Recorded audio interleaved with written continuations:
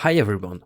Before you spend your money to upgrade your HDD or SSD, because your space is almost full, even though if I have a 1 terabyte of SSD in my laptop, there is still opportunity to reduce the size. Especially there is a file called hiberfil.sys. Sometimes that hiberfil is taking 10, 20 or even 30 gigabytes from your HDD and it's totally not in use and you can actually remove it.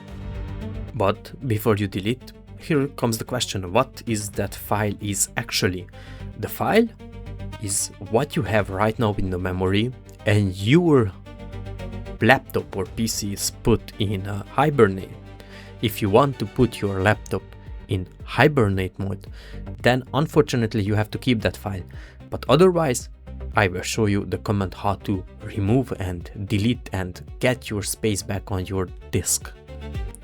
What you have to do is cmd and you run your cmd as an administrator mode.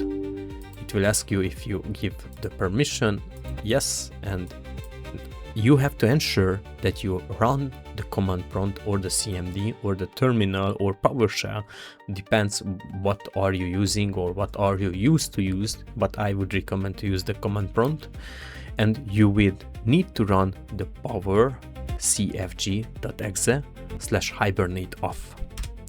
And by running that, basically I am stating that I will never ever use the hibernation. And as you see, the spacing has already vanished. And if I rerun the check,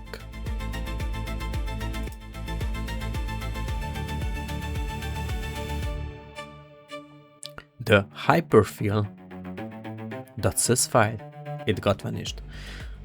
Of course, I have even plenty of things to do here to fix my spacing, but at least I was getting rid from 12 gigabyte.